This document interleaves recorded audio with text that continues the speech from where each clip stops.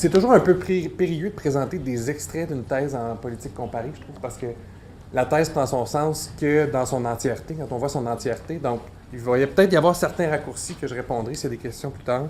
Mais ce que je vous présente ici, c'est un extrait de cette thèse-là, c'est-à-dire je vais me limiter à un des 3 cas que j'ai retenus pour traiter de la situation ou de l'action collective des minorités linguistiques, qui très souvent, il faut l'admettre, très souvent, la situation de minorité linguistique dépend largement de l'action publique, mais ça ne veut pas nécessairement dire que cette situation-là est pour autant figée. C'est-à-dire que les minorités peuvent se doter d'une certaine marge de manœuvre pour transformer leur situation ou transformer les rapports de pouvoir. Autrement dit, une minorité peut tenter de s'organiser de façon à reprendre l'initiative ou de s'inscrire, si on reprend l'espace public, de se réinscrire dans l'espace public pour faire entendre ses revendications et, à terme, modifier sa situation. C'est une dynamique que j'observe à grands traits dans les 3 cas que j'ai retenus, c'est-à-dire les francophones en Ontario, les francophones au Nouveau-Brunswick et les Galloisans au Pays de Galles. 3 cas qui partagent plusieurs aspects en commun. Je vais passer par-dessus ça. Mais la principale différence entre ces 3 cas, c'est sur le niveau de mobilisation linguistique. C'est-à-dire que ce que j'observe, encore là à grands traits, c'est que la mobilisation linguistique est élevée au Pays de Galles, modérée en Ontario et plus faible au Nouveau-Brunswick. La question, qui est une question classique en politique comparée, c'est d'expliquer cette variation-là dans la mobilisation. Et c'est là que je décide d'avoir recours aux théories de l'action collective, aux théories des mouvements sociaux. Je voulais vous faire un long laïus, mon cadre d'analyse, mais j'aurai pas le temps. Tout ça pour vous dire que pour bien saisir l'action d'une minorité, il faut évidemment adopter des approches qui sont plus micro-sociologiques pour aller voir l'acteur, le rôle de l'acteur, parce que des approches plus macro-sociologiques vont souvent masquer les problématiques des minorités ou vont être moins utiles pour bien rendre compte de l'action de groupes minoritaires. C'est pour ça que je retiens deux outils théoriques. D'abord, un outil qui nous permet de comprendre l'émergence de la mobilisation linguistique.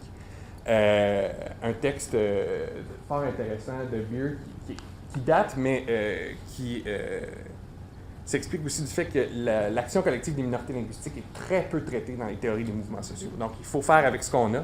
Et c'est dans un texte de 85, mais qui me semble toujours d'actualité.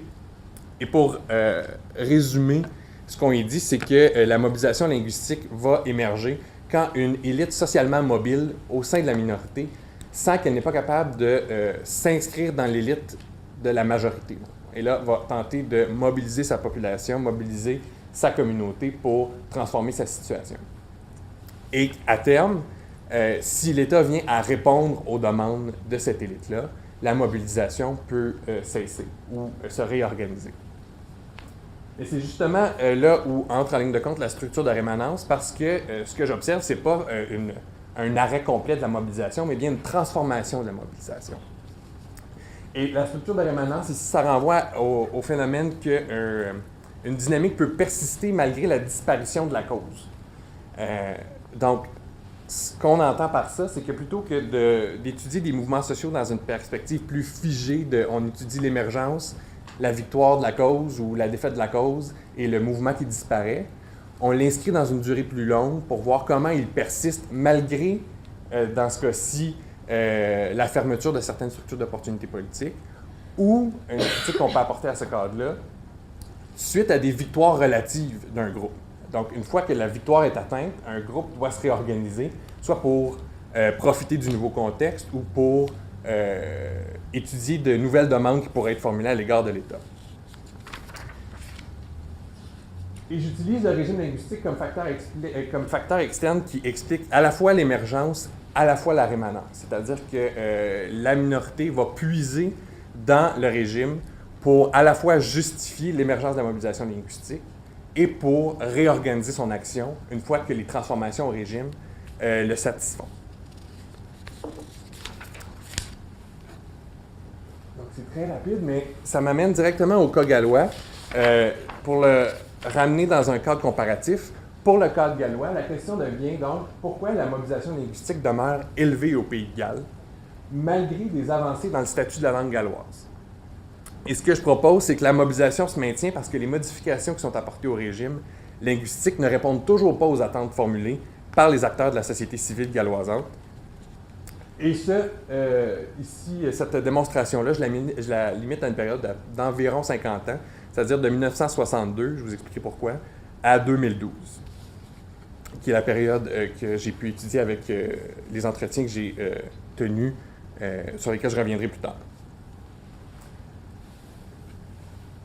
Dans un premier temps, donc, il faut faire une description du régime linguistique pour bien saisir les transformations et savoir dans quoi puisent les acteurs collectifs quand vient le temps de formuler leurs revendications. D'abord, le régime linguistique gallois s'inscrit dans une longue histoire. Je vous épargne tous les détails, mais on peut remonter les revendications à l'égard du gallois à l'acte d'union entre l'Angleterre et le Pays de Galles, c'est-à-dire 1536 à 1542, qui a, pour ainsi dire, éliminé le gallois de l'espace public. Évidemment, le gallois s'est réintroduit par la bande dans différents milieux, suite à l'industrialisation du Pays de Galles aussi. Il y a eu un certain transfert générationnel, mais qui se faisait difficilement parce qu'il y avait malgré tout une anglicisation dans l'espace public, à travers l'éducation, à travers les milieux de travail aussi. Mais est venu un temps où la dimension juridique du régime a connu d'importantes transformations à partir des années 60. C'est à partir de ce moment-là que certaines études ont été commandées pour clarifier le statut légal de la langue galloise. Parce que des revendications se faisaient entendre sur le terrain, mais on ne savait pas quel statut donner à ces revendications-là ou quel appui donner à ces revendications-là. Donc, une première modification au régime linguistique gallois s'est produite en 1967 avec la première Welsh Language Act qui permettait, entre autres, l'usage du gallois dans les procédures judiciaires. Donc, c'était déjà une première étape, un point tournant en quelque sorte parce que ça marquait le début d'une politique qui traitait le gallois comme une langue officielle au Pays de Galles, ce qui n'avait jamais été le cas depuis 1536.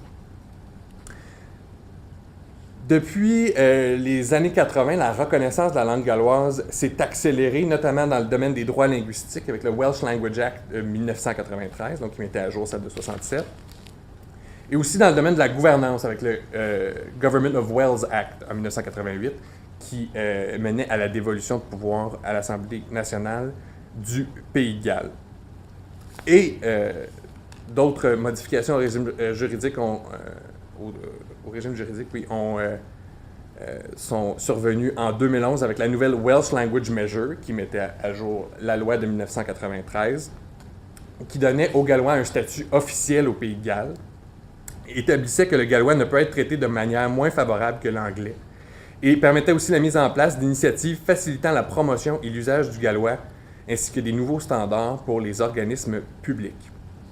Une loi de 2012 a aussi fait en sorte que l'anglais et le gallois sont maintenant les langues officielles de l'Assemblée nationale du Pays de Galles, ce qui n'avait toujours pas été statué.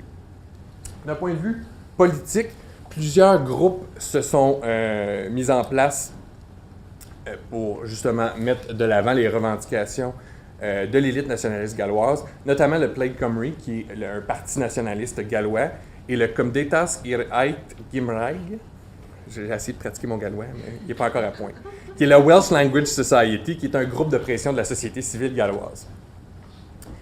Plaid Cymru, donc le parti politique, une de ses visées était d'accroître l'autonomie du Pays de Galles et a réussi à faire élire son premier député à Westminster en 1966. Une victoire qui a été suivie par d'autres victoires dans des conseils locaux, dans des régions traditionnellement galloisantes. Et aujourd'hui, Plaid Cymru compte un député au Parlement européen, mais c'est surtout au sein de l'Assemblée nationale du Pays de Galles où le parti laisse sa marque, notamment pour avoir constitué l'opposition officielle suite aux premières élections à l'Assemblée nationale en 1999, et aussi après avoir fait partie d'une coalition gouvernementale en 2007. Pour sa part, Cymdeithas, donc la Welsh Language Society, poursuit des activités militantes et continue à demander une présence plus grande du gallois dans l'espace public, des dispositions plus sévères pour assurer la prestation de services dans la langue galloise et des mesures pour appuyer les régions traditionnellement galloises en voie de se dévitaliser. Et toutes ces revendications-là puisent principalement dans la dimension fonctionnelle du régime, une dimension qui renvoie plus à son usage à l'usage quotidien des langues. Et quant à la dimension plus symbolique, elle s'articule surtout autour de la définition de la nation Parce qu'avec le temps, les symboles traditionnels gallois sont devenus associés évidemment à la nation galloise qui, elle, ne se définit plus nécessairement que par la langue. Autrement dit, la langue n'est plus un critère exclusif pour appartenir à la nation. Et certains groupes communautaires voudraient se réapproprier ces symboles-là, notamment le dragon rouge qui apparaît sur le drapeau gallois ici. Par exemple, le logo de Cum Datas, le Welsh Language Society, est une version stylisée de la langue du dragon pour rappeler que la langue du dragon est galloise. Donc, il y a eu un certain renouveau de l'intérêt pour la langue galloise et une certaine amorce d'un renversement de tendance linguistique jusqu'au recensement de 2001. Des efforts de revitalisation avaient été entrepris et on sentait que ces efforts-là portaient fruit dans certaines régions.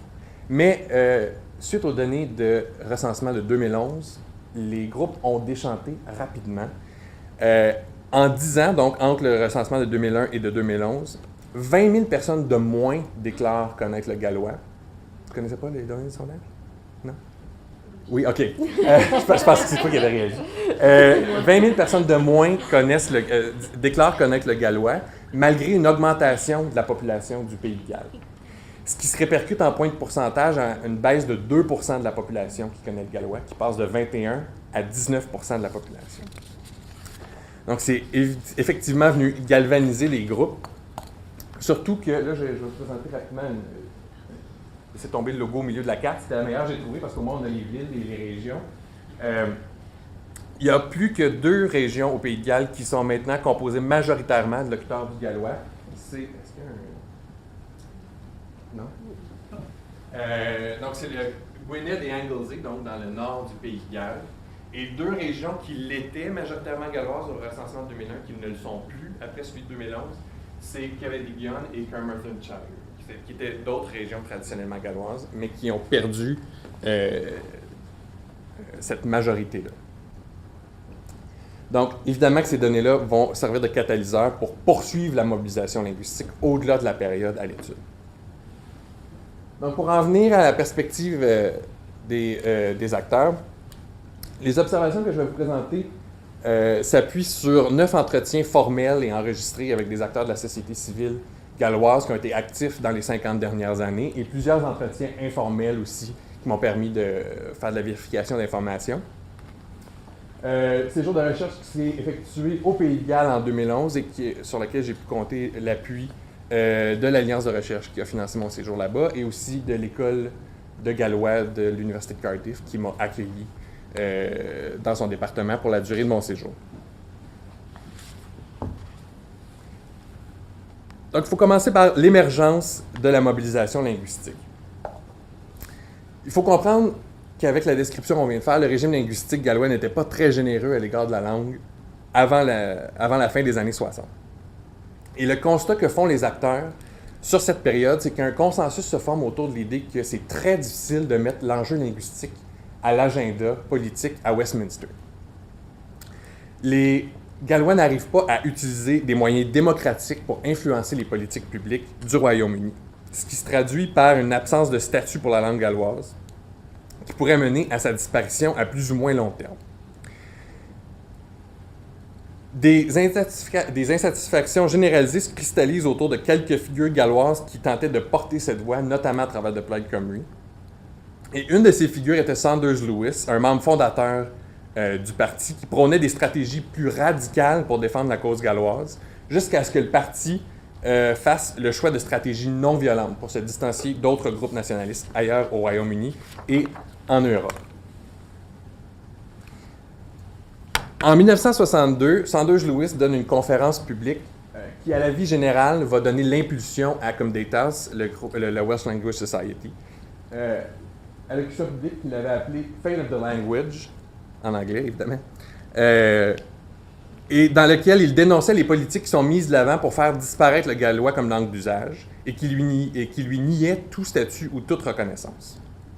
La tradition de défense de langue, pour lui, c'est aussi une tradition de souffrance, du mépris et de la persécution, mais qu'il fallait se délivrer de cette deuxième tradition.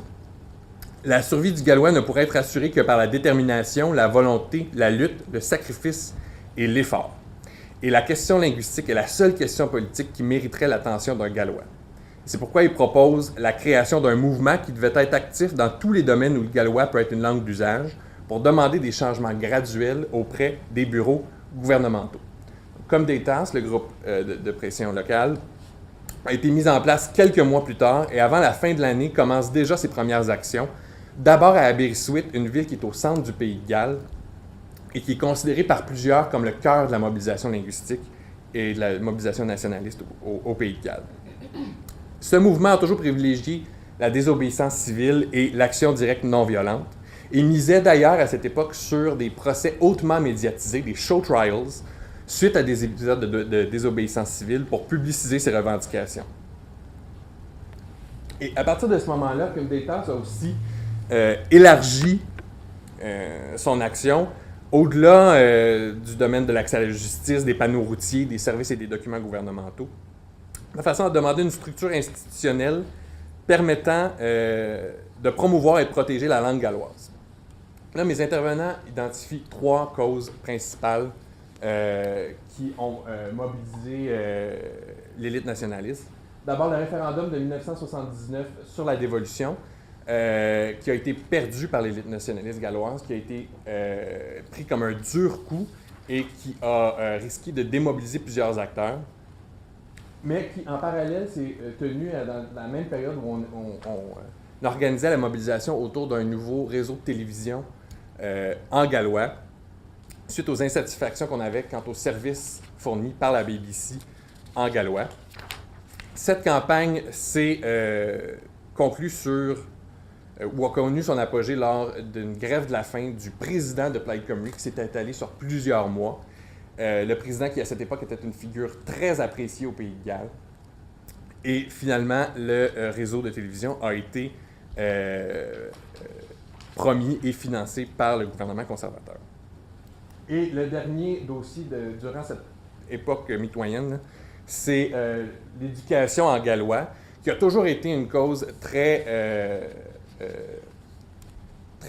au centre des préoccupations de l'élite nationaliste, surtout suite à une série de rapports au 19e siècle qui avaient identifié des problèmes dans le système d'éducation gallois, qualifiant les Gallois d'ignorants et d'immoraux, ou encore de rétrogrades et de barbares. Il fallait donc promouvoir l'enseignement de l'anglais, l'acquisition de l'anglais dans les écoles plutôt que le gallois.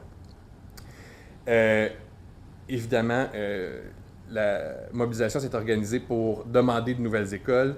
Le mouvement s'est accéléré jusqu'au Education Reform Act de 1988, où le gallois est devenu une matière primaire dans les écoles des régions traditionnellement galloises et une matière enseignée dans toutes les autres écoles du Pays de Galles.